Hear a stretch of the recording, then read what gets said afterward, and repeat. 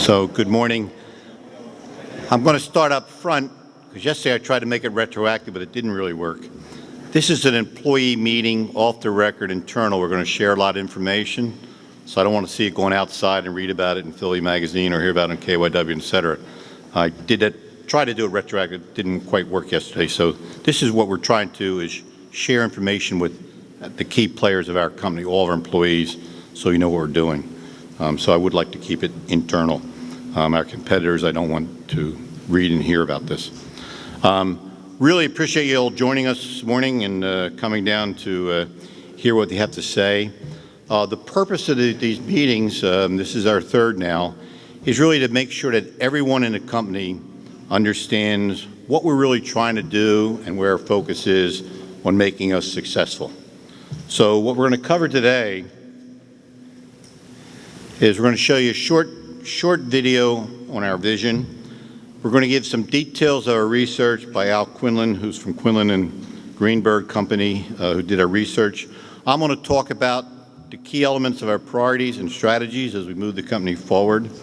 Bob Cawthorn, our digital consultant, will talk about on .com, an update on Philly.com, as well as the newspapers.com.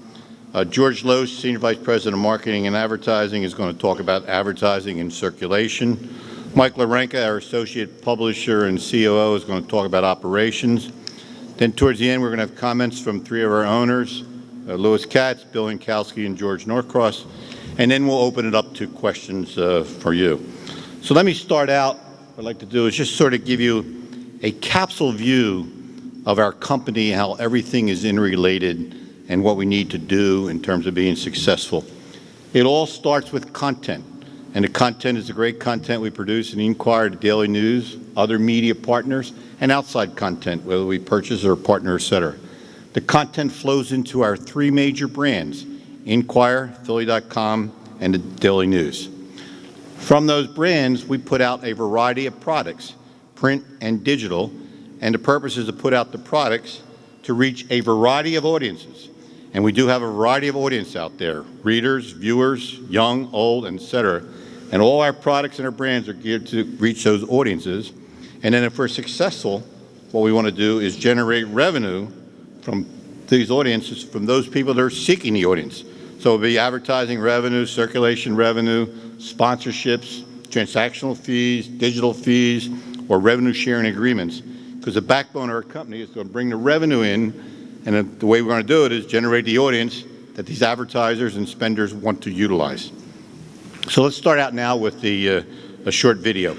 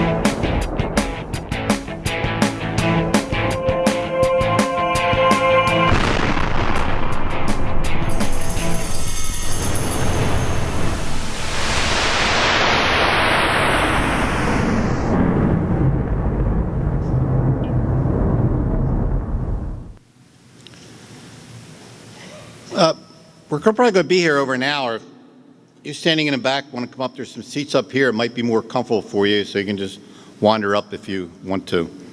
We want to start out and really talk about the market research that we conducted last fall, and we engaged the firm of Greenberg and Quinlan, and Al Quinlan in particular, who went through our marketplace and conducted extensive research of our customers, readers, et cetera, Philly.com newspapers, as well as non-customers, non-readers, and really find out what are they saying about our products, both those that use it and those that don't. We wanted to find out what do we need to change or what do we need to improve to make our products more successful in the marketplace. So let me turn it over to Al to give you a summary of that research.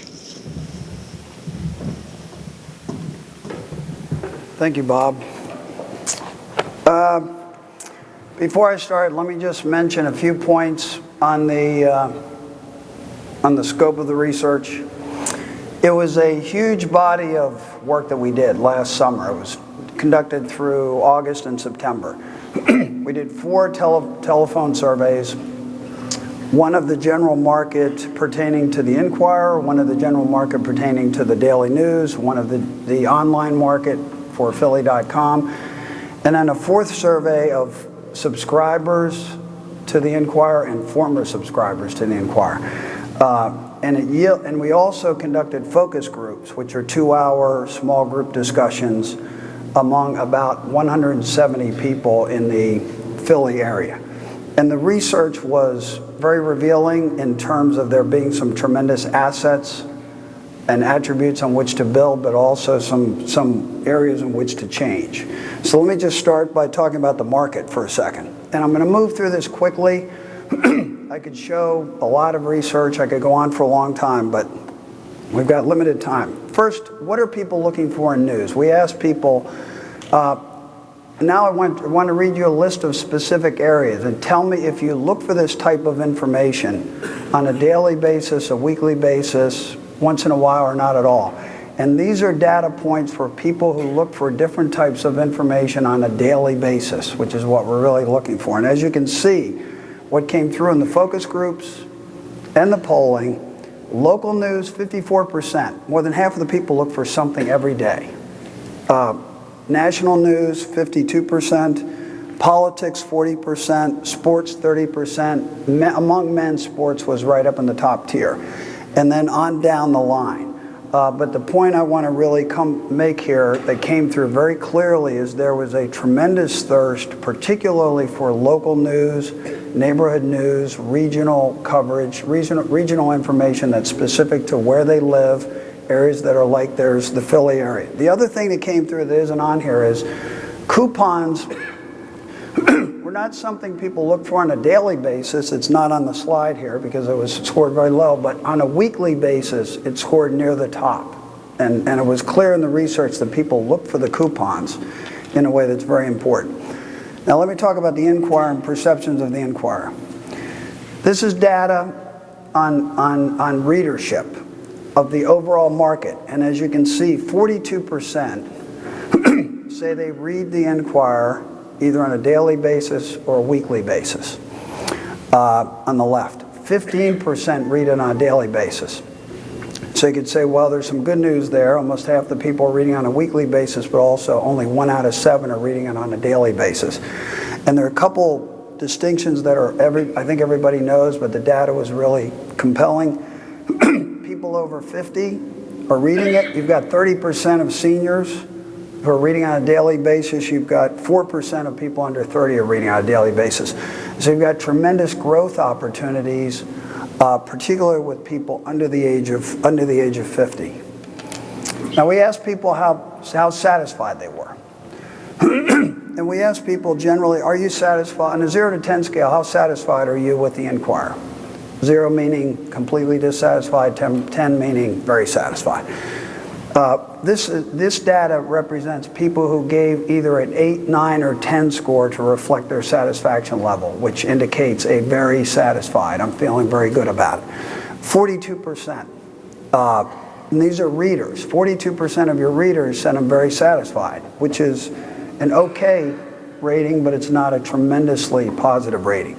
52% of people read the paper frequently, are very satisfied. But as you can see on the far right, only 8% of people who are reading the paper infrequently, less than once a week, are satisfied with it. So there's a lot of room for growth.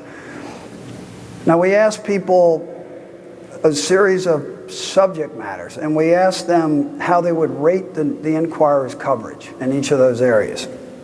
And these data points are reflective of what we call an excellent rating. Again, which we think is the measure that we want to strive for. And I'd make a couple points on this. First of all, as you can see, the highest is 27%. So there's a lot of room for growth. And what we saw in the qualitative research, the focus group discussions, was that there was generally favorable impressions toward the content in the Inquirer, but it wasn't very favorable. It didn't have a lot of intensity to it.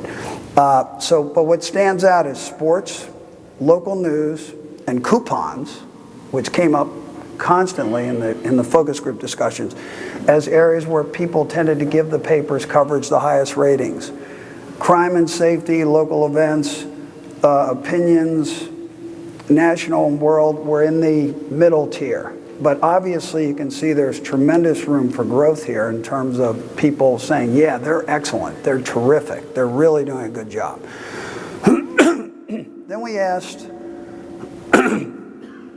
a series of attributes. And we asked people which ones, we asked people which ones they associate with the Inquirer. And there's some good news here and there's some not so good news. The good news is you have a tremendous brand built on accuracy, trustworthiness, well written, quality of the work is very, very good. Current. Where it begins to slip, particularly for non-readers, and we're trying to focus a lot on non-readers, is, in terms of growing, is if you see in the yellow, covers topics I care about, there's almost a 50% difference between people who read it and people who don't read it.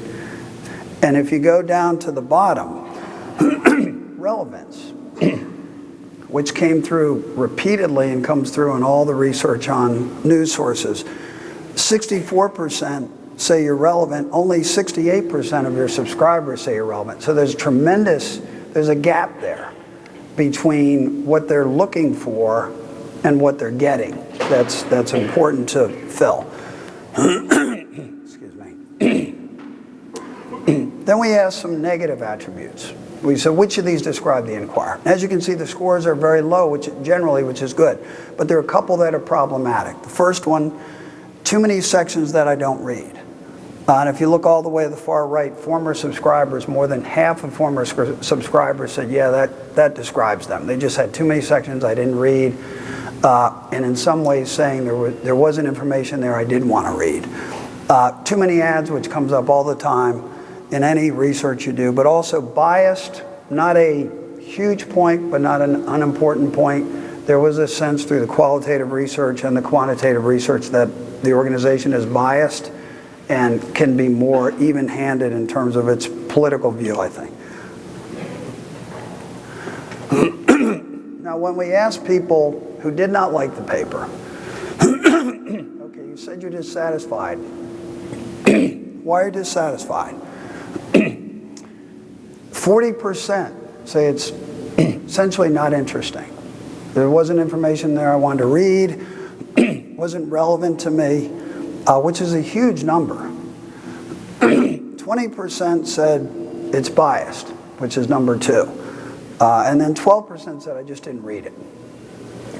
Just don't read it, which is another way of saying it's not particularly relevant to me. But basically, people are saying it's not particularly interesting to me. And then when you look at subscribers, former subscribers, we asked them, okay, you stopped getting the paper. Why? 23% said customer service. I went away, they didn't cut off my service, they overbilled me, I don't get the bills on time, paper's in the bushes, it doesn't arrive on time, all sorts of service issues. 19% on the right said I just wasn't reading it. Again, wasn't interesting to me, wasn't reading it. 18% said I had a life experience, acute hardship, economics came into play. But I want to make the point on the 15%. Only 15% said, oh, I went somewhere else for the information. People didn't flock to the internet to get away from the Inquirer, to get it for free.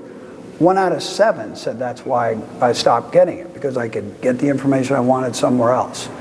So it wasn't being pushed out by online services, it was being pushed out by other factors that it can control. Daily news, just under half of the market reads it sometime, 48%. 31% reads it on a weekly or daily basis, and 11% read it on a daily basis. But what came through in the research is we asked people, readers and non-readers, their opinions of it. And we did in focus groups. People who read the daily news love it. No, they think, I mean, it's part of their lifestyle, it's the city, it's part of where they live. They have a very deep connection to it. As you can see, the favorable-unfavorable ratio for readers is 65 to 14%, which is very high. The ratio of people who are not reading is much lower. And what we found was readers find it easy to understand, easy to read the layout, consistent, to the point. We heard that all the time. And another point I just mentioned, fun and enjoyable. 80% of the readers found it fun and enjoyable. But if you get to the bottom on the right in the yellow, you can see that the gap between frequent readers and the infrequent readers was based a lot on being made for people like me, relevant to me. Again, relevant. So there are ways to sort of boost that up. But this is, I think, the most important data point on the daily news. Heard it in focus groups. People didn't like the fact that it seems to portray too much negativity. It isn't very positive. And it wasn't, people don't express this in the manner of saying, I don't want to know the truth. I don't want to know if there's crime happening. But they don't like being blasted with it on the front page every day. And particularly, if you look in the middle, never show African Americans in a positive light. We picked this up in the focus group, so we put it in the poll.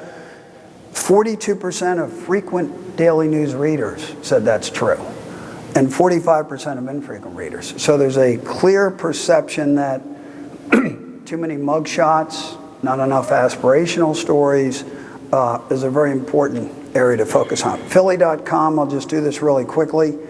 We ask people what they go to Philly.com, what are the best things about it? And it's local coverage, dining and entertainment, easy to use for some folks, but it's really about local coverage, and also breaking news was coming through in the focus groups. What we found last summer that is being corrected is that not so much the content, but that it's too cluttered, tough to navigate, not really easy to get to the information I'm really looking for. And a lot of steps are being taken on that already. And then we explored the notion that, okay, maybe people are stopping reading the Inquirer because they know that they can go to Philly.com to get all that information. Almost 1 out of 10, 2 out of 10 people in each focus group knew that was the case. Most people don't even know that. So we asked people in the poll, name the primary Philadelphia website, Philadelphia Inquirer website, and only 1 out of 5 named Philly.com. So there's not a well-developed perception of the crossover between these two. Path forward, some recommendations real quickly. Philly.com site, this was last year again.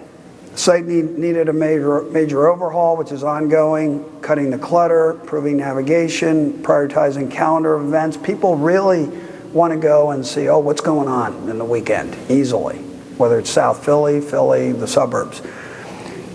All things Philly. The potential here is tremendous, that this site should be a all things Philly, breaking news, sports, entertainment, dining, quick, rapidly changing. Separate the Inquirer, daily news from Philly.com. The evidence was clear in all of the research that each of the three can stand on their own and can work on their own without without compromising the others. Daily news, adjust the content to be less depressing. I talked about that.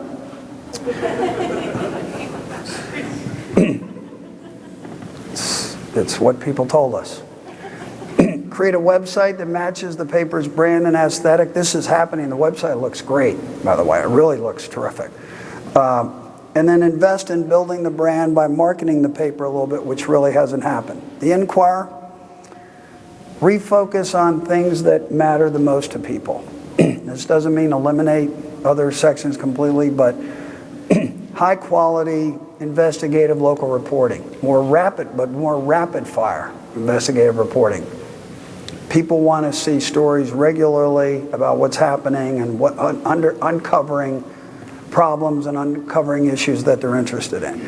Local information, community news. They want to hear what's going on in the area, whether it's in the suburbs, whether it's in South Jersey, wherever. Coupons are not unimportant. They're extremely important. And generating more coupons and elevating that is very important. And then a consumer section is something people are really looking for. Editorials, candidate endorsements, opinions, columnists were important to people, but they aren't as important as some of these other things. So it's all a question of priorities and making sure that we're able to get both into what people are hearing. They were clearly looking for something that connects with them in a local way. And in South Jersey, people in South Jersey don't think the South Jersey section is a South Jersey section, or was then. So they want to see real news and more news. Finally, fix the service issues. Create a website that matches a paper's brand aesthetic, which is going to happen and can be very powerful. So I'll just close by saying there are huge opportunities here. All three of these can grow without stepping on the other and hurting the other. The Inquirer is trusted. People want it. I mean, I've sat in focus groups for organizations and institutions and people said, I'm done. Like, I don't trust them. I don't care about them. I don't believe them. That's not the case here. They trust the source. They want it, and they'll pay for it. You know, you just had a pay increase, and they're going to see statistics later on that. But they want it to be more relevant to them. Philly.com, all things Philly, very powerful. And then the daily news, more fun and aspirational, is really a big key for them. So I'm going to stop there and turn it back to Bob Hall. Thank you.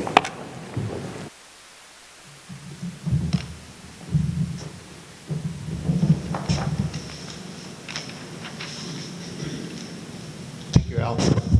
And based on the research, collective knowledge of our market and our industry, and a lot of conversation with management, we have established what we think are our main priorities to make our company grow and be successful for the future. So I want to share those with you. So the first one, which is obviously we have to have great products for our readers and advertisers. This is absolutely essential. This is the backbone.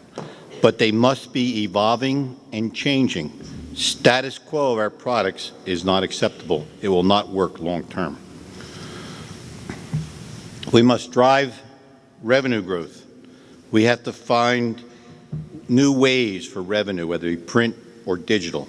We have to expand our existing sources of revenue and create new products for our customers to utilize one of our revenue-generating vehicles. We also have to do a better job of really measuring our success and be willing to adapt to what that measurement says. As an organization, we must be ready to change, and sometimes quickly, our products, our structure, our methods, or even our strategies if we're going to be successful. We must also grow traditional print circulation and revenue. To do this, it's really essential. One, we improve our newspapers reflecting what the customers and non-customers are saying. We do a much more effective job of marketing, and you'll hear a little more about that. We have to improve our customer service, and we have to deliver the print audience that our advertisers want. That is probably the most important challenge of our priorities. As you heard about the importance of Philly.com, we need to expand and improve Philly.com. Philly.com must continue and actually grow and become the dominant site in this marketplace. It is not a newspaper site. It is a dominant website. We have to continue to add new content and features to it. We have to expand the markets we're trying to reach. We have been successful early on in growing unique visitors, but have to accelerate that substantially. And we have to provide opportunities for digital revenue generation. We're also launching this week, we did, in fact, as a beta, the new newspaper sites, the Inquirer.com and PhillyDailyNews.com. What we want on these sites is to be a great customer experience, a great reader experience. They're going to be paid websites, but we want to increase, by having a great site, increase the retention of our customers for both the Inquirer and Daily News, our reading customers. And also, we have to expand the commercial printing and distribution part of our business. We have to utilize our excess capacity at our plant. We have to utilize our resources, our people, and expertise. And from this side business, we have to generate new revenues and some profits. So if we're able to achieve these priorities, which I think are essential if we want our company to grow, to become more profitable, to be essential in this marketplace as valuable products, and most importantly, be the dominant player in this market for a long time. So our strategies that we're implementing and following to achieve these priorities is really quite simple, but it does require everyone in the company to be sort of being focused on the same objectives, and that's sort of the purpose of sharing those with you. Strategy number one, backbone of our business, increase total revenue, all sources of revenue, print, digital, supplemental, commercial, whatever the case may be. Number two, we must give our customers, readers, viewers, or advertisers, what they want, when they want it, how and where they want it, if we're going to reach those audiences that I mentioned to you at the very first slide. We clearly have to increase the profitability, which is essential to provide the resources that we need to grow and reinvest in our company, whether it be for marketing or growth initiatives. We also have to become far more effective in telling the marketplace about our products, whether it be print, digital, or the services that we offer. We have to do this through effective marketing. Most of you know we've been doing a lot of marketing via our newspapers, but we're talking to our customers. We're not talking to the marketplace. And you'll hear a little bit more from George Lose about the TV campaign. And finally, we have to continue to maintain very tight control of our costs and expenditures to be a fiscally sound organization. So we're a fiscally sound organization and work on the other strategies, achieve our priorities. I'm really optimistic about where this company can be in the future, and particularly the long term of the future. Now I want to get into a couple more specifics about certain areas. So first I want to ask Bob Cawthorn, who's our digital strategy consultant, to come up and talk about our digital plan and the .coms. Bob? Thank you, Bob.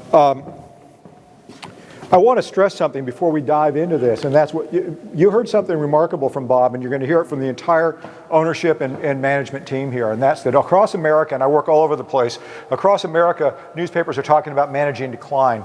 We're talking about growing, and I want to stress that if everybody works as a single team here, we can grow this place very aggressively. And we're going to talk a little bit about how we're going to help with that on the digital side. Whoops, wrong direction. Talking about growing, and I immediately go in the wrong direction. All right, let's talk a little bit about Philly.com milestones and progress, and then we're going to get into how we're approaching the newspaper sites and what our overall vision is. In February, we saw our second highest local reach. We were just 28,000 readers off of the Hurricane Sandy highs in October. Philly.com is categorically the top local media site in the marketplace. However, we still think we're about half of where we should be just to be healthy. So we've got a lot of ambitious goals. As of February for locals, Philly.com is the 23rd most used internet site of any type. That includes eBay, Amazon, everybody else.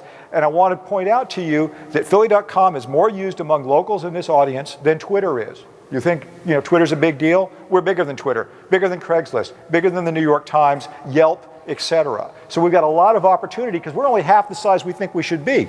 In February, we reached the 12th largest newspaper website overall in the country, newspaper affiliated website, and the 7th among pure metro sites. Those are also highs. In January and February, Philly.com passed NewJersey.com for the very first time in its history. Now, we're going to trade spots with them for a little while, but by the summertime, we'll be consistently ahead of them. And I want you to think about what that means. That means that Philly.com is the largest, has the largest reach in Pennsylvania of any website, has the largest reach in New Jersey of any website, and will soon have the largest reach, it actually currently has the largest reach in Maryland as well. We can be something that no one's ever done before. We can be a true regional, multi-regional website which turns into a national advertising buy, because once we have the New Jersey, the Pennsylvania, the Maryland, and of course Delaware audiences together, we've got 8% of the US population, and we're the dominant site. That is very powerful stuff. So, since the Philly.com redesign, big sections, important sections, revenue generating sections have seen substantial growth. One of the traps that we had in the old view was we were trading too much on just crime and photo galleries and things like that. So we've really been focusing on trying to grow the readership in individual sections. Business is up 77%, entertainment, this is as of February, entertainment up 24% year over year, sports is up 32%, health is up 88%, food is up 52%, living up 30%, and we considered February a soft month. We were not even satisfied. We felt, it's kind of a lukewarm month. We've got very, very big ambitions. Our Philly.com initiative of New Voices has broadened the number of people and the people who are involved in the site. We're trying to reach out into the community, represent different demographics, and we have very broad partnerships that we're establishing with other content providers in order to become the true portal that we think we can be. Our core digital goals. We need to establish Philly.com as the preeminent regional portal, and this is IGM's primary digital play. We need to double Philly.com's local market reach. We're not where we need to be right now. We need to substantially grow our revenues, as well as use Philly.com as an offensive weapon to attract competitors, readers, and advertising dollars. I want you to think about this. We all talk about how scary digital is. Why don't we go scare somebody else with our digital? We've got the dominant site. Why don't we look at the magazines and say, anybody who's advertising in a magazine should be our advertiser. Anybody who's on radio should be our advertiser. Why don't we go and be aggressive rather than be defensive? And that's exactly the positioning that we're taking. And lastly, we need to be addictive and essential to readers. We're establishing Inquirer.com and PhillyDailyNews.com in the replica editions. I'm going to talk briefly about the replicas as compelling membership and engagement vehicles. You see this over and over again in Al's research, which is really important stuff. People love these products. They love this print product. They have a great appreciation of it. They love the concept of it, but the reality of it doesn't quite work for them.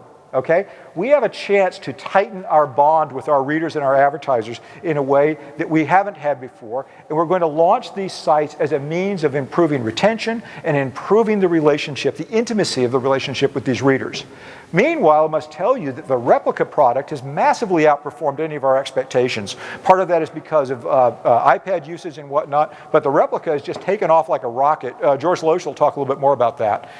Our primary focus on the digital place is to buttress the print products. The reason is this: as you'll see momentarily, we've got all sorts of evidence that indicates that the print products have got a lot more legs than we think. We just need to position them properly and make product adjustments. And lastly, we're going to use this as a bridge to serve readers who don't use print 7 days a week. 85% of Inquirer readers do not read the Inquirer, if the market does not read the Inquirer every day.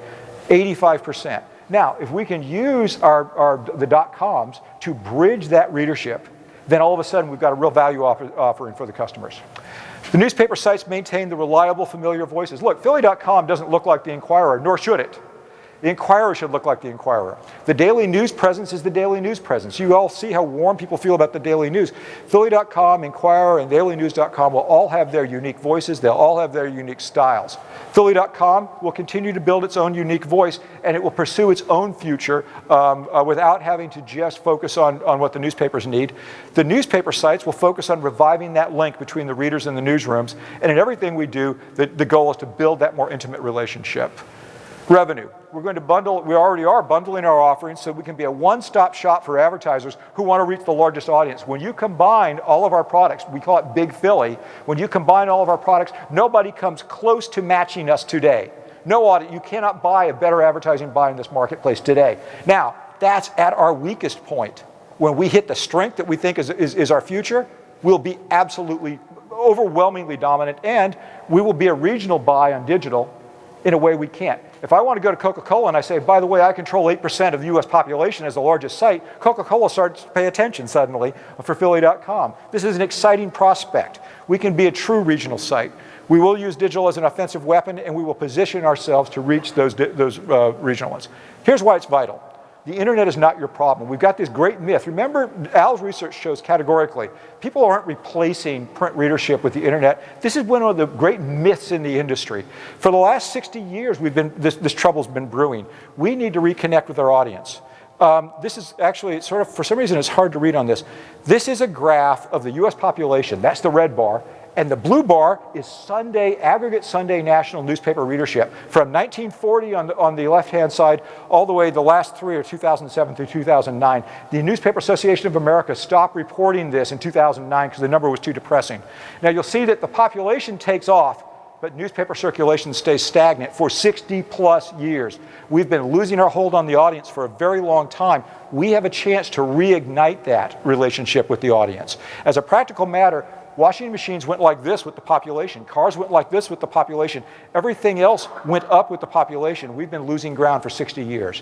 We have a chance to change that, and we will. We're the largest in this market, but 75 to 80% of this market does not read the Inquirer on a daily basis. 74% does not use Philly.com. We have to reignite those relationships. It's an old site. People have made decisions. They've said, oh, 3 years ago somebody said, it is not working for me. We have to lure them back now. It's a process of, it's almost a process of seduction with the reader. The Daily News has lost its audience, but its audience loves it. Let's go get them back. And our advertisers find it too easy to overlook us. Now I want you to think about this. You don't have a technology problem. Everybody says the internet did this, the internet did this. Since 2010, 470,000 people made the radical decision of taking print. They said, I want a print subscription. 470,000 people said, I want a print subscription. iPad existed, iPhone existed, the internet existed, Philly.com was giving away stories on the internet, and yet 471,000 people said, I want print. Unfortunately, 508,000 people got it for at least 8 weeks, and they said, it doesn't work so much for me. We've got a product that we can fix. If everybody in this room puts their oars in the water, we can fix this product, because if you kept those people, you would be at record circulation levels. Everybody who says, and this gets back to Bob's point, everybody who says that newspapers are dead is making it up. Because as a practical matter, people want us, they just want us to be relevant to them, getting back to Al's point. So think about that. They wanted print, they asked for print, they got print, and after 8 weeks they said, no, I don't want it. We can change this. This is all within our control. We just have to be willing to do it. They want us, they like the concept. We just need to fix the, oh, I got a typo there.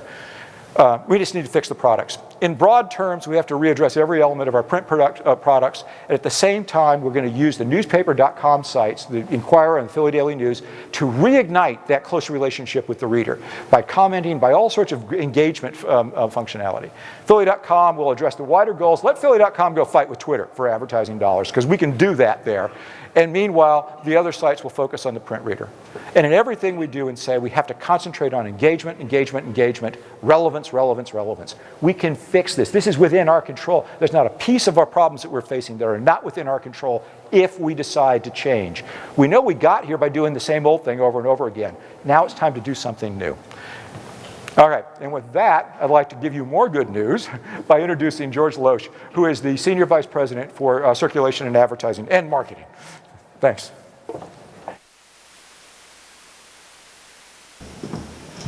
Thank you, Bob. Over the next few minutes, I'm going to provide an update on advertising and circulation, the importance to the company, where we are, what are we doing, and our key initiatives. As Bob stated in his opening slides, revenue is very, very important to the company, both on ad revenue and circulation revenue. Together, they are 92% of the company's revenue, with advertising being 53% and circulation revenue being 39% of the company's revenue. So what does IGM need to do to grow in this evolving and challenging news media landscape? We need to produce high-quality, compelling products that readers demand. Number two, we produce products that need to be marketed just as well, if not better, than any other product.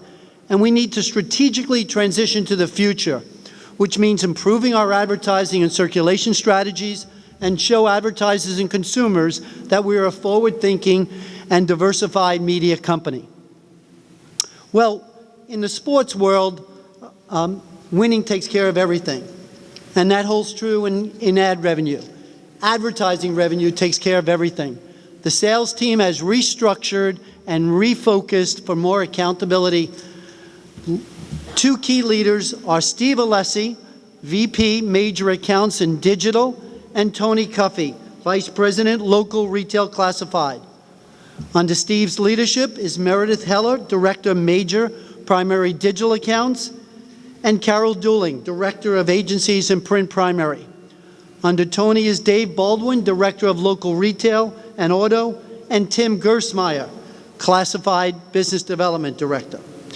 And the sales team is transitioning to a winning can-do attitude, from we've never done it before to we have the opportunity to be first, from it's good enough to there's always room for improvement, to from understaffed we're a lean machine, to from it can't be done till it'll be a challenge, to I don't have any idea, I'll come up with some alternatives, it's too radical a change, to let's take a chance, it's not my job, to I'll be glad to take the responsibility, from I can't to a positive I can do attitude.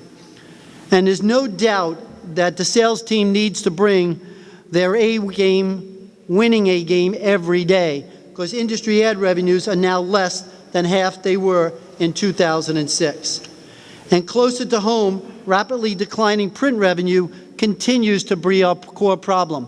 While digital was up in 2012, net, the total business was down 16.5%. The key challenge is to stabilize print and grow digital, specifically national major accounts, as digital gains cannot offset print losses. The newspaper industry waters are treacherous and very competitive. Our sales team, Tony, Steve, and the entire sales team are swimming with the sharks every day. And it all comes full circle back to Big Philly, the Inquirer, Daily News, and Philly.com. It is the #1 media site in the region, reaching more adults than any other news network in the Philadelphia market. So to summarize 2013, the sales leadership team is not satisfied with the plan. IGM ownership is reaching out to their contacts in the market to generate incremental revenue. But at the end of the day, print advertising revenue is challenging. Digital mobile advertising can only stem some of the bleed. We need to look to circulation for revenue growth. IGM is strategically transitioning in the right direction with expanded coverage of local news, substantial changes in content, design, and layout aimed at fulfilling the needs of our readers. And we're making big, bold moves with the relaunch of Philly.com, where unique visitors are up 30% over the prior year, and already 50,000 plus new subscribers to the recently launched Subscriber Concierge for the digital editions of the Inquirer and Daily News. So what is Subscriber Concierge?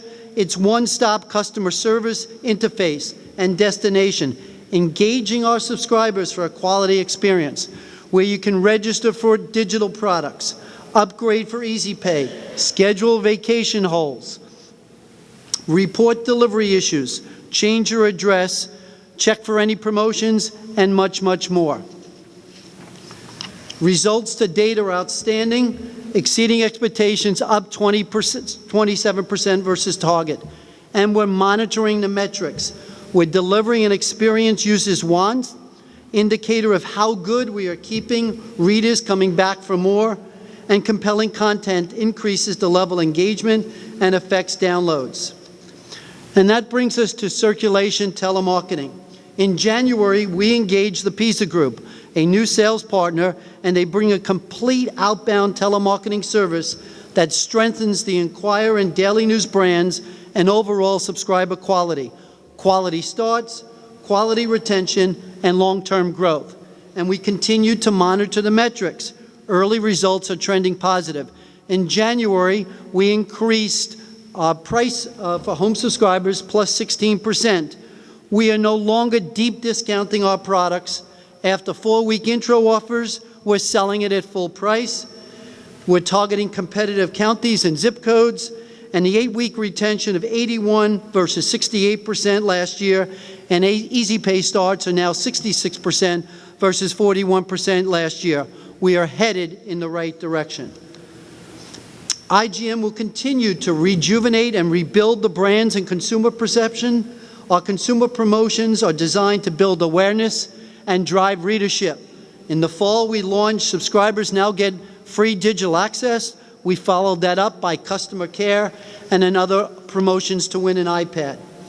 Additionally, for the first time in many years, IGM is investing to establish positive brand awareness and reestablish consumer perception with a TV campaign which started February 18th. We have 5 commercials. I'm going to play you 3. The first commercials for the Inquirer and about local news.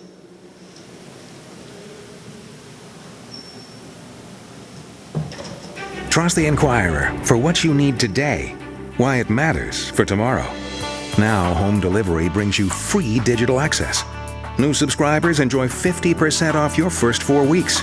New expanded local coverage with information you won't find anywhere else from the city, suburbs, and South Jersey. What to do and where to go. Open, click, and touch. Subscribe at Inquirer.com/deal. All access everywhere you are. From the market research, the consumers told us consumers are important, so we produced a coupon spot.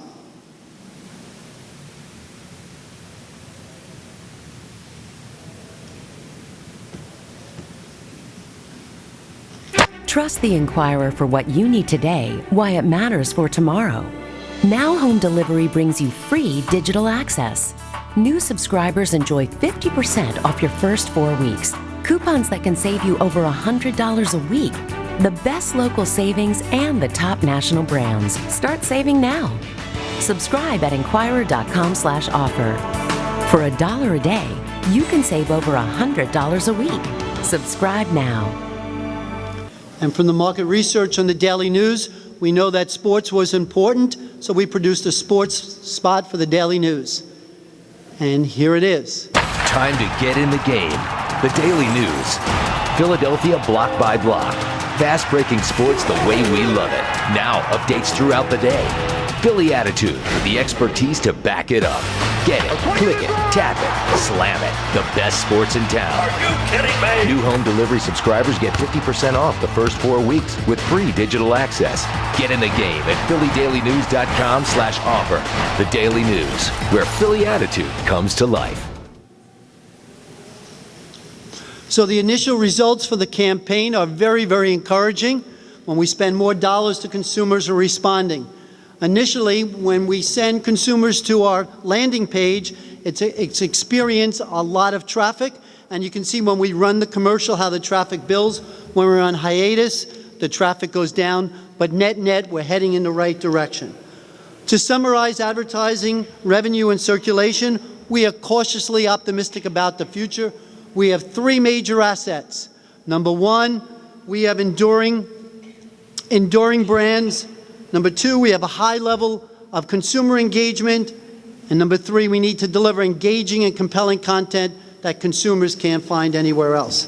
I want to thank the entire sales team and everyone for all your hard work and dedication. Let's have a great year. Thank you.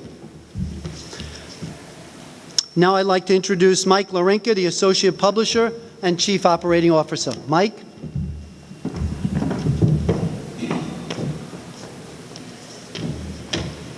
You don't have to tell me. I know you're all looking at the photo and wondering, what in the world does Dr. Phil know about operations? Hopefully I'll prove to you that I know more. Before I begin with the presentation, I want to do a quick shout out of congratulations to everyone that was involved in the launch of Daily News Weekend. I think if you haven't seen it,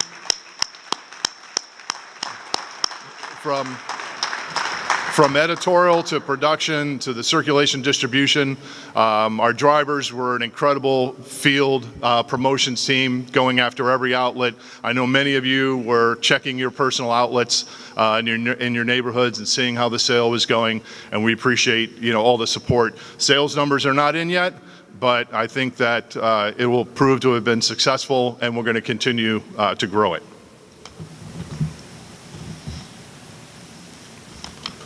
Like all other media companies, we're looking for ways to diversify our revenue streams to supplement what George is talking about in the print and digital arenas.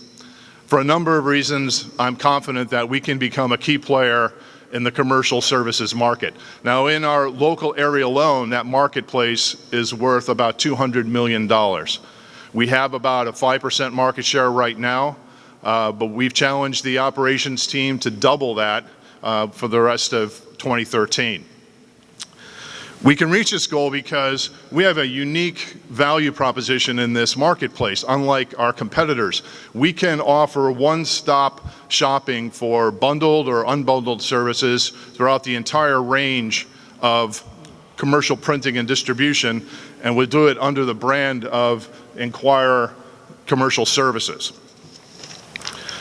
Now, we can and do provide services in all these areas already, from printing and offset and in the print shop to packaging with our inserting operations, transportation to trucking, both through warehouses and to our outlets, and our distribution network from household home delivery to our warehousing network. It can be leveraged to grow.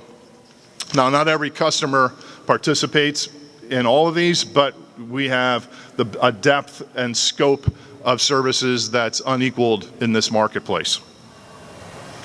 This is just a slide to illustrate who our commercial printing partners are currently. You can see our most valuable partner, I guess you could say, is Dow Jones with the publication of the Wall Street Journal and Barron's. But just last week, we signed a 3-year contract with Broad Street Media to print their Northeast Times and the Star. So we're very excited about that. That partnership will also offer additional advertising opportunities through their TMC products, joining with our Spree, and then also they have a series of weekly products that we'll be able to take advantage of again. These are our alternate delivery customers or partners. When I put this slide together, I didn't even realize that we had this many. Ed Delphin and his circulation distribution team have been quietly, secretly, but very effectively building a distribution franchise that leverages our warehousing and our network of independent delivery carriers.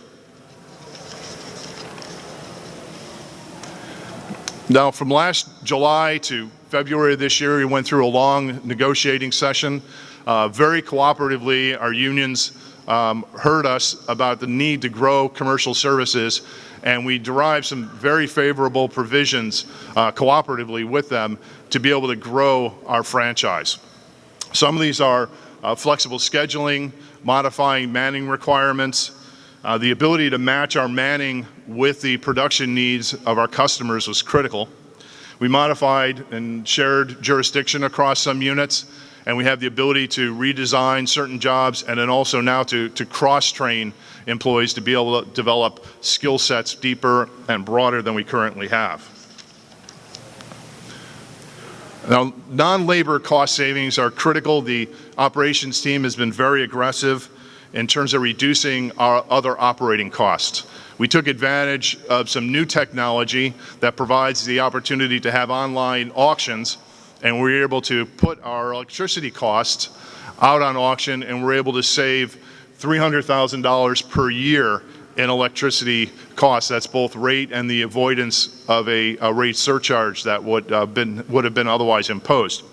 On the fuel side, we used a very similar approach, and we were able to save $500,000 on an annual basis through rate reductions and volume reductions. Now, also, we're constantly looking for new innovations in the production process. The most recent one is the advent of chemical-free plates that will save us about $72,000 a year. And also, the operations team is constantly bidding out our supplies, whether they come from the printing sources, the printing supply area, all the way to the building and janitorial. One of the major projects in 2012 and 13 was the conversion of our presses from the 48-inch web width to 44-inch. Within a few weeks of the owners taking control of the company, they were quick to approve the investment of $5 million in this conversion. As a result, we'll be saving nearly $1.4 million per year in newsprint and other printing cost supplies, providing an excellent payback somewhere between 3 and 4 years. This positioned us to be able to immediately begin seeking out smaller web width customers like Broad Street Media would not have been available to us as clients if we hadn't have restructured, converted our presses. Now, if we're successful with several other proposals we have to print daily newspapers in our local area, we're considering the conversion of 2 additional presses. Most of you know that beyond labor costs, newsprint is our single greatest expense. So we've put a lot of focus on this. In fact, during the 2013 budget process, the senior management team challenged the operations group to review the entire production process and come up with nearly $1 million, $900,000 worth of reductions in waste that comes from all the way from the printing process, how much paper is used, to in the waste as we produce and start up the presses, to how many times we switch over, all the way to how many returns we have in the store outlets. Now, also in the purchasing side, we've been very aggressive with negotiating lower prices. Just since the budget process, we've been able to reduce our purchase price nearly 5%. We have some proposals that we're negotiating right now that would reduce our expenses by nearly 8%, which represents almost $100,000 savings per month off of the budget. Now, since I joined the company 6 years ago, workers' compensation costs have been a challenge, to say the least. And 1 year alone, the costs were $6.5 million. Now, as you can see, year over year, we're doing significantly better. Our claims numbers are half of what they were last year, and our claim costs are running about 30% lower. More importantly, even, is that when employees are injured, 2 out of 3 times, there's medical care involved, of course, but there's no loss of time. They're not missing time from work, they're not missing pay.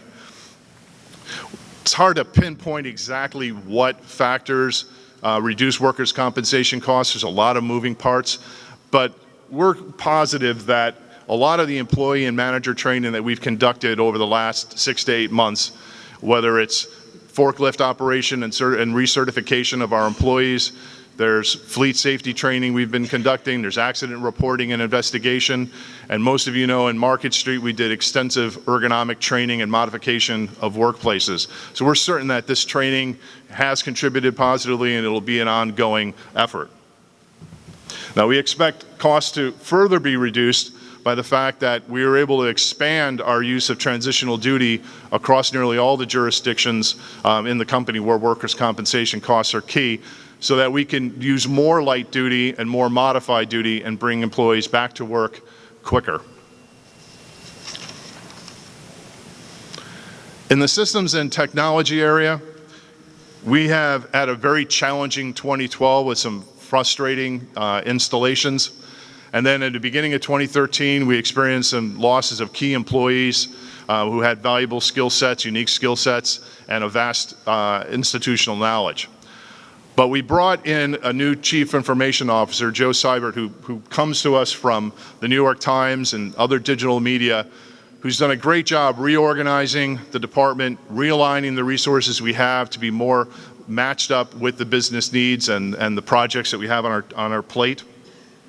He's also re-energized the department and created a more confident and a more collaborative work culture. And finally, he's developed a new approach to project management skills and is in the process of developing a long-needed technology strategy to support all the priorities that Bob talked about earlier.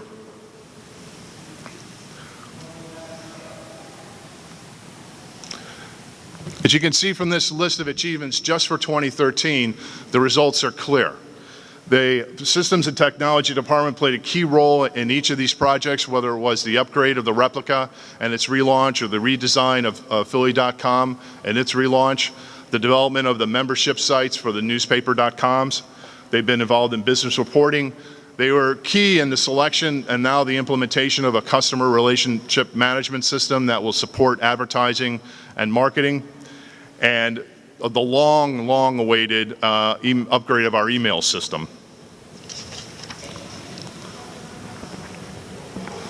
Finally, in human resources, we have two key goals in 2013. The first is filling the talent gaps that we've experienced in the sales and advertising area. And the second is to build a custom performance management system across the company. Now, in the advertising recruiting area, we've expanded to take advantage of the new social media outlets that have been available by having a larger presence on LinkedIn. We're looking at opportunities in Twitter and Facebook. And we're also going to be retraining our managers and supervisors who are involved in the hiring and selection of sales professionals in the latest techniques in behavioral-based interviewing, which have shown to create a higher retention rate.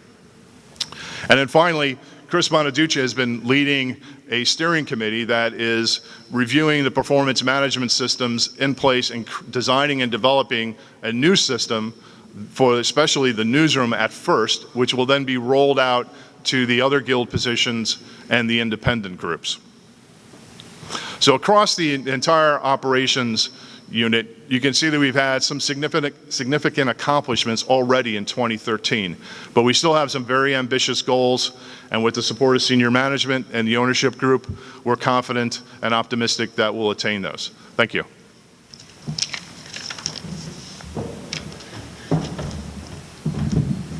Thank you, Michael. Now we're going to have some comments from our owners, and we'll do it in alphabetical order, and Bill Hinkowski, and then Lou Katz, and then George Norcross. Thanks, Bob. I'll be very brief. We've spent way too much time talking to you, and we should talk a little bit together and hear what you have to say. But I have three very basic points. Number one is, I just want to say thank you. You all have gone through a lot over the last several years, right? You have 2 years of this operation being in bankruptcy, a year and a half owned by hedge funds, and then being patient with us for a year to get our arms around this and try to get this thing on the right path. So your efforts and your patience is appreciated. My second point, I just want to emphasize what Bob and everyone else has said. Much of this presentation now is about growth, not contraction. So it's about growing the product, it's about growing the advertising revenue, it's about growing the circulation, it's about growing our customer base. And I think that in my mind, we're at an inflection point. So this isn't about pull it in, right size. This is now about how do we build on where we've been. So that I find very exciting, and I hope you share that excitement. And my third point is about change. The one thing we all have to recognize is it is a different world, and it will forever be different. Change is coming fast, it's constant, and you just have to deal with it. I'm in the real estate business. That's what I mainly get paid to worry about. If we didn't pay attention to the fact that more and more of our customers are using less and less space, a la the article that was about Glaxo in their new building on Friday, we would lose our market position. We need to not react to our customers, we need to lead our customers. And I think that applies here also. This is a company that provides a stunning product that our customers want, but we shouldn't be reacting, we should be leading. And that's the phase we'd like to get in, the leading phase and not the reacting phase. So thanks, and I'll pass it to Lou.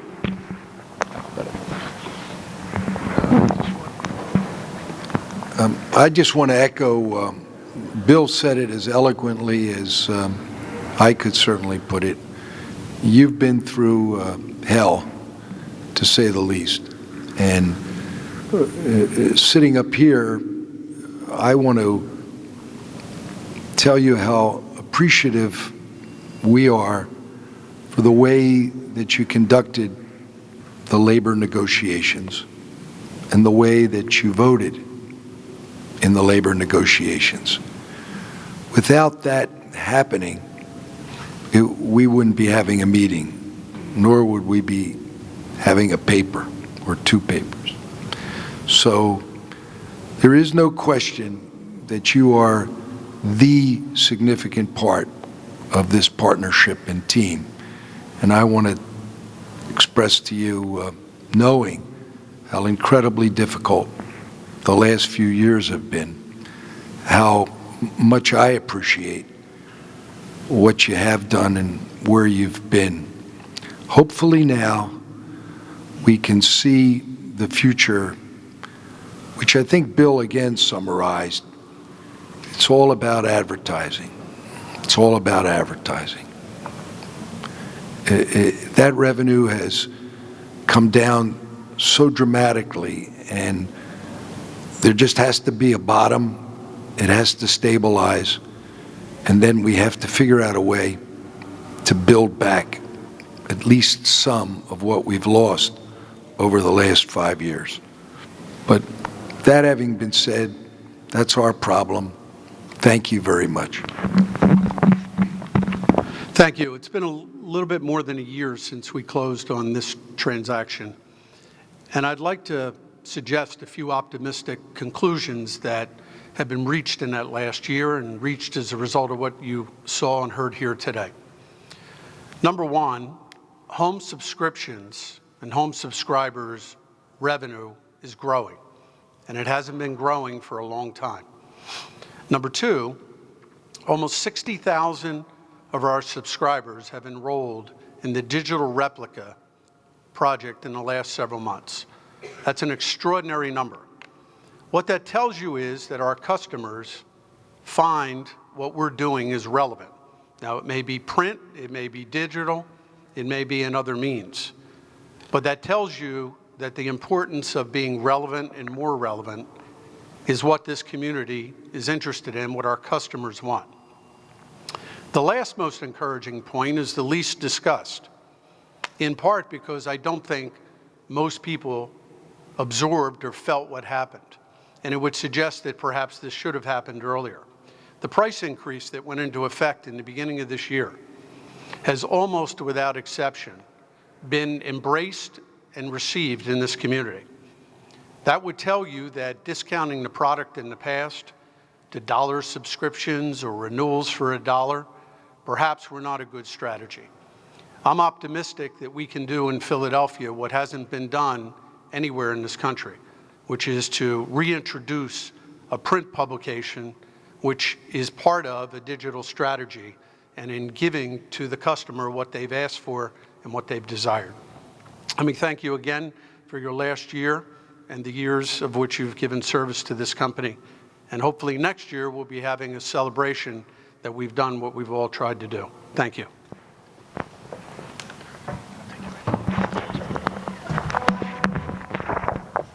Now we're going to open it up to questions, and there'll be hand mics or lead mic, and I'm going to ask Bob, George, and Mike to join me up here. So if there's any tough questions, I can give it to them, and the owners are also willing to answer some questions. So George and Mike, and the mics are all around, so questions. There you go, back to John. And please tell us who you are so everybody understands who you are. Hi, my name's Jennifer Lynn. I'm an Inquirer reporter. I was wondering if you could talk a bit about the strategy on content sharing moving forward.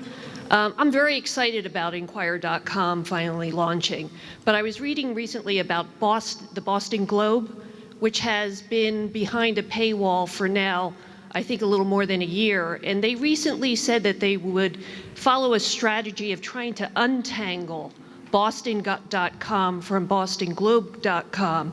and that they're reducing the number of stories that Boston.com can feature because they want more of the in-depth coverage to remain on BostonGlobe.com. So just to repeat, I mean, what is your strategy in terms of content sharing? Will there be limits on what Philly.com can feature? Yeah, going forward, there will be no limits on what can go on Philly.com. And as some of you may know or may not know, Boston.com and BostonGlobe.com has tried it different ways, and now they're reshuffling it around a second time. As I said before, Philly.com is going to be a website, not a newspaper site, but it will have all the content on there. Inquire.com or PhillyNews.com is going to be the experience of those who want to read a newspaper and get the information from a newspaper in a newspaper format and the quality of that information in that type of presentation. And they'll be able to get that, and the two newsrooms will continue to update that site. And it will be a paid site with subscribers, which we hope to generate revenue and build from that. We do not believe that having everything on Philly.com, and it's not in newspaper format, so it's all over. It's not like just out there in front of you. We do not believe that's going to cannibalize our efforts to put quality stuff on the .coms.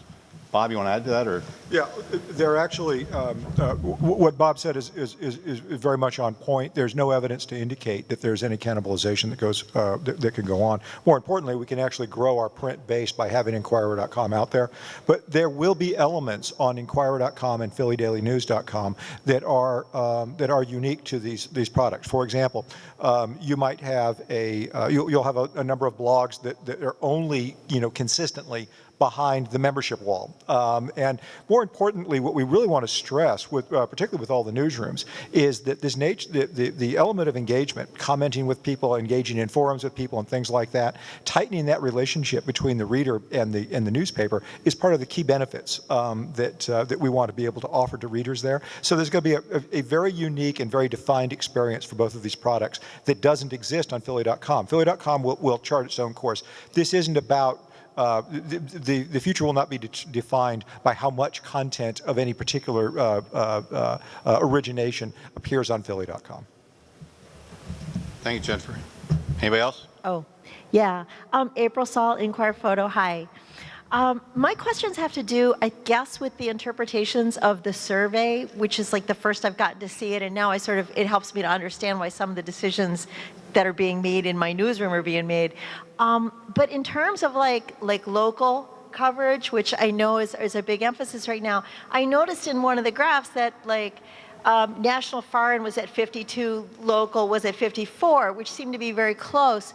I was wondering also, when you define local, are you saying because there's so much cross-pollination between like Philly and New Jersey and the suburbs and Center City, people working and living in one place, did you define for the people in the survey, and they said local is just right near where I live, because we've gone so hyper-local lately. There was also something in there that said South Jersey should be very uniquely South Jersey. I guess I'm just wondering if people were kind of limiting like their local coverage to wanting something that close to their home. The other thing I had a question about in the survey was the question about crime stories. It seemed, maybe I'm remembering it wrong, but it was almost asked as, do you want more depressing crime stories, or do you like depressing crime stories? And I thought the word depressing sort of seemed to almost be embedded in the question. Because responding to a survey is a very reactive thing, and we're talking about being proactive, I kind of want to know more about that. There was also something in there about people don't like us endorsing candidates that much, but I don't imagine we're going to stop doing that. So I'd like someone to talk to those issues. Everybody get comfortable for the next 4 hours. Pretty good piece of it, April, and I'll try to just do it briefly, and maybe Al can fill in. But first is local news is defined, in my opinion, as what's relevant to me as a reader, what I want, what I need to my life. It can be regional or it can be local, which is community news. Obviously, we cannot do every community every day, but we can do local news every day, New Jersey and Pennsylvania. And I think our emphasis is going to be on local news that is relevant to people in this marketplace on the PA side and the suburban side, and with a touch more of community news, because a lot of times we get some community news that you've seen in the paper that is, say, Levittown oriented, but somebody in town out in Montgomery County might find that very interesting as well. And that's up to the reporters and editors for that mix of stories. But that's the thrust of the local parts of it. Do you want to hit the other? Yeah. A couple things. The national, there's clearly a strong desire for national news. So I wasn't implying that there wasn't a desire for national news, but the local, to second what Bob said, the local perceptions of local news came out of the focus groups, came out of the discussions, and that's what people talked about. And they talked about they wanted news that seemed relevant to them and their area, whether it was their own community or communities like theirs. South Jersey is a particular challenge. People wanted, if we're going to increase subscriptions over there, they want information about South Jersey sports, South Jersey communities, lifestyle issues, those sorts of things. The point on crime is we didn't read the question to say, do you want more depressing crime stories? But what we pulled out of the focus groups, again, the surveys were constructed based on what we heard in the focus groups in a lot of ways. People said on the daily news, there's a lot of depressing stories. There are a lot of negative stories. There are a lot of negative portrayals of people, particularly minorities. So we put those attributes in the poll, and we just asked people if those were good descriptions of the paper. We didn't ask them if they wanted more of those, but whether they were good descriptions of the paper, and they responded that they were pretty good descriptions of the paper. So did I cover everything? Yeah. And one of the filling pieces is that crime as an issue is desired to be covered. Crime, who shot what, where, how, is too much of it, but crime is an issue because everybody's concerned about it. It's relevant to everybody else. Next question. In the back, I can't see who it is, but stand up, identify yourself, and... It's me. Oh, right here. Mike Schaefer, Inquirer Features. I noticed you didn't seem to address anything at all about arts and entertainment in the Inquirer survey, and yet it seems that's an important part of Philly.com. So why the absence? Good question. It was included in the survey, but as a section that people look to frequently, on a daily basis, it fell below the threshold of the other areas that we displayed on the screen. I think 7 or 8% said they look for it daily, and a significantly larger percentage look for it on a weekly basis. But it didn't. We had the top. I think we had the top 10 or 12 sections listed, but it was below that. It was in the surveys. And Bob, you want to talk about what is going on Philly.com? Yeah. Yeah, this is a complicated question. As a practical matter, the entertainment content on Philly.com is growing very rapidly. However, it's not been an overwhelmingly powerful thing up until now, although people do turn to us for that. The digital play, I think. I'm a former arts writer myself, so I've got some strong opinions about this. I think that what the message is that we've got a lot to improve, and it's all within our control, both on the print and on the digital side, I think. Let's go Jane and Harold. I think it's, or... Go ahead, Harold. Okay. It's still a bit confusing because you're... Tell everybody. I'm sorry. I'm Harold Jackson. I work for the Inquirer. I'm the editorial page editor. It's a bit confusing in the presentation because you're saying now that the poll was based on the results of the focus group. And I'm assuming that the focus group is where you got the information that editorials and opinions are not very well read.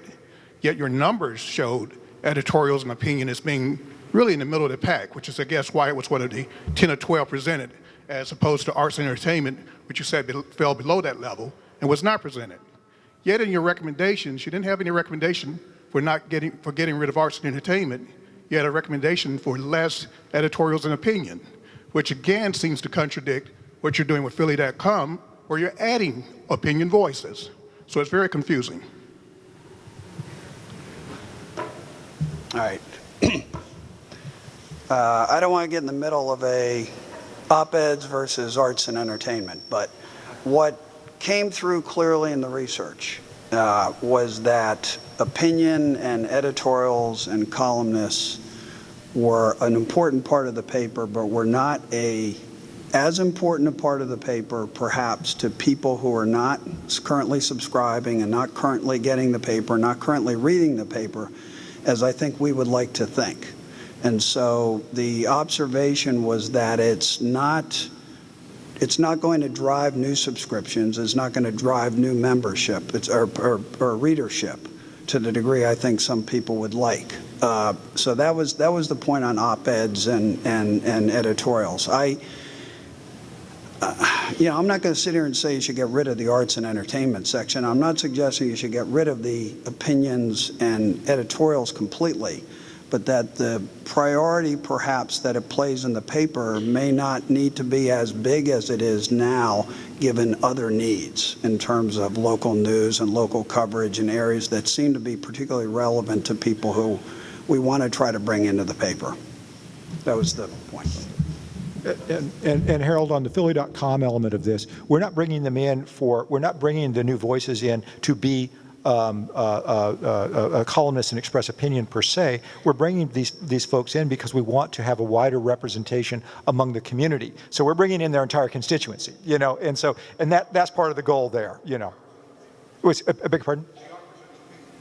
They are presenting opinions, but we've also encouraged them to report as well. Some of them are reporting as well. And we're just trying to broaden our reach across the community to reflect the diversity of the community more. That's all. I think Jane had her. Jane Von Bergen, Philadelphia Inquirer reporter.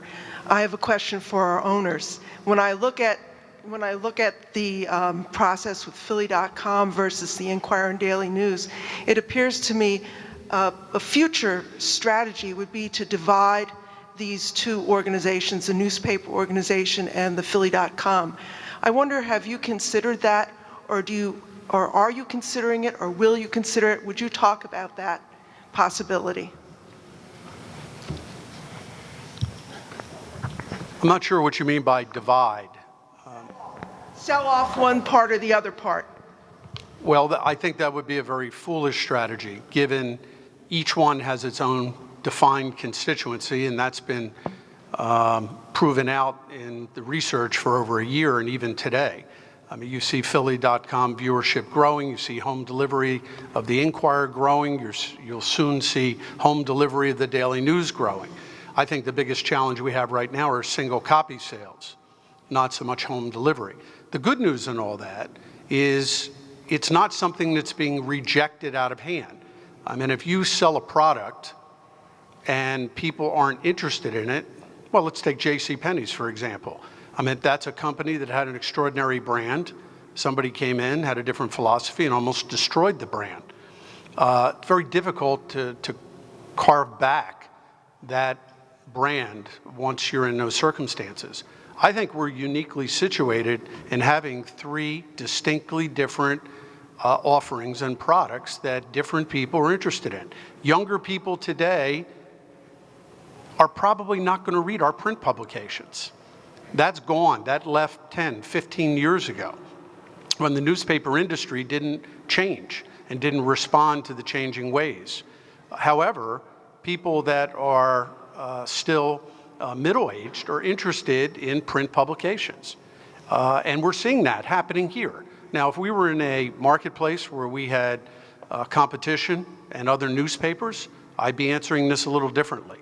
One of the reasons I think we all became very interested in this is that this market is really a single media market, a single newspaper market, and people want their news here. They want their community news. In South Jersey, we want to know what's going on in Cherry Hill or Evesham or Mount Laurel or Morristown.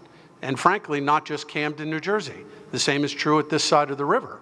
People are interested in what's happening in the burbs, not just Philadelphia or Center City or wherever the case may be.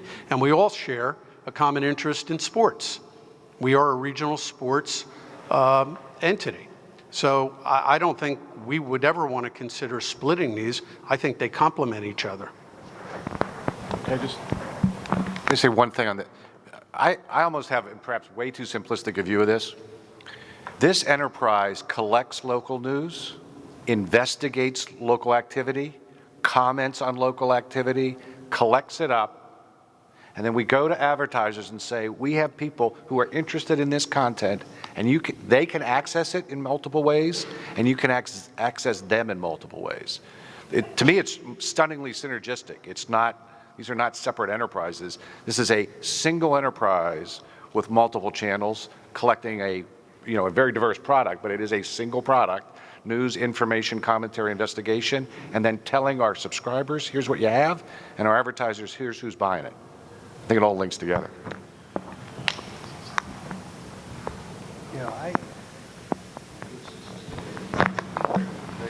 It's probably appropriate for my brain. I don't look at a poll or a survey and say that every word in that survey makes sense to me. I don't think that we ever seriously considered not having an editorial page. Whether editorials were 14 or 2, this is more than a business. And if we're going to educate and live up to our responsibility to have a free and independent press, along with that, we should have a free and independent editorial page. There's a lot of talk about local, and I agree, but you well pointed out there's not an ounce of talk about the 56 or the 2% that care about national. As to selling off something, I don't think anybody in this circumstance ever thought about splitting or selling a part of the paper away. But I think when you buy something and you're struggling to deal with negative cash flow and you're watching revenue fall, you have a million discussions about what if, how would you handle this, what are the contingencies.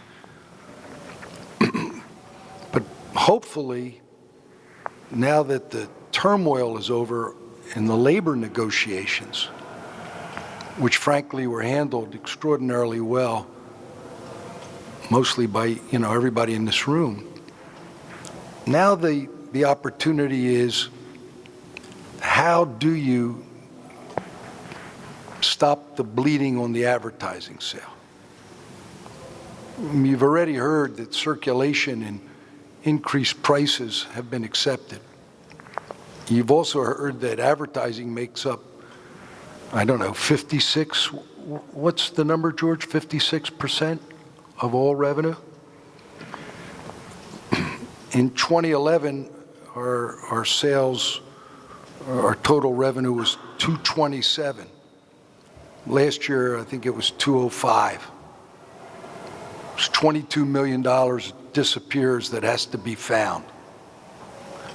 And that's the real headache. But no one has talked about selling off any part of the Inquirer or the .com in any meeting that I've attended. Thank you. Get a mic for somebody. The Daily News? Is that what you asked? Daily News? You didn't list it, that's why. I ran into somebody today in the elevator, and I guess I shouldn't have said what I said, but I had last read the Daily News at Temple University in the 60s. As a result of this, I started to read it. And I told her I love the Philadelphia Daily News. I think it's an incredible opportunity to read a whole bunch of things in an efficient way. But more importantly than anything, in my mind, it serves a certain segment of Philadelphia that may not have access to the internet, which we all assume everybody has access to, that maybe can't afford a computer. And that is one way, and a responsible way, of providing news to a segment of our community that maybe we don't think about as much as we could. So I don't think there's a question in our mind, and I think we signed an agreement that the Daily News will be here along with the Inquirer in a print fashion for the next 2 years. Denise Boslin. We've created a local South Jersey section, beautiful section now, but it doesn't appear in the New Jersey Bulldog edition on Sundays. Will that be changing? We still have the Pennsylvania section there? The answer is we're looking at the whole Bulldog issue in terms of the sectioning. Currently, we have no plan to flip it around yet, but we are looking at that. It's in the Sunday, as you know, on Saturday, but not the Bulldog.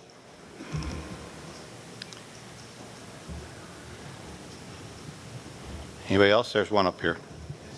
You go. Hi, Amy Rosenberg with the Inquirer.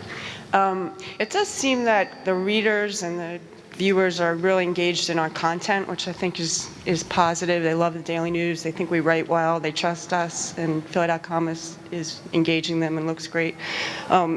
You've put a lot of resources into Philly.com as far as bringing in new voices and new columnists, and I'm just wondering, what about the Inquirer and the Daily News? We're all working a lot harder and doing as much as we can, but the reality is to cover a region takes bodies, to do investigative work takes investigators, and we've lost some people. I just wonder, are you considering investing in some people that will increase our mojo in the long term? Yeah. Currently, we are talking about it, but we have not acted on it.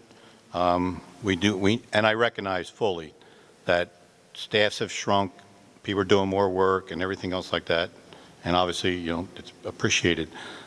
We look at resources very carefully.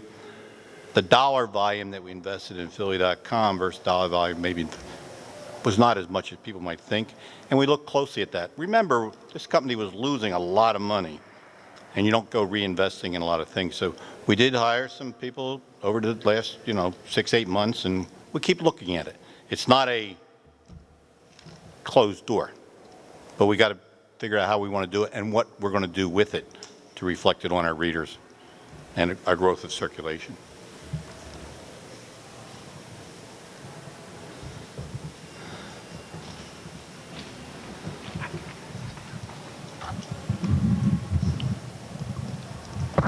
Thanks. I think we all realize that in terms of the readership. Identify yourself, please. Peter Dobrin from the Inquirer. Thanks, Peter.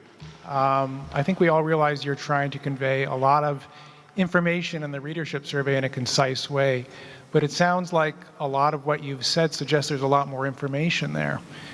Is there going to be an opportunity for us to really look at the readership survey and get some context and some further detail? That's a good question and a difficult one, and the reason is there's a lot of information in that survey that is really proprietary.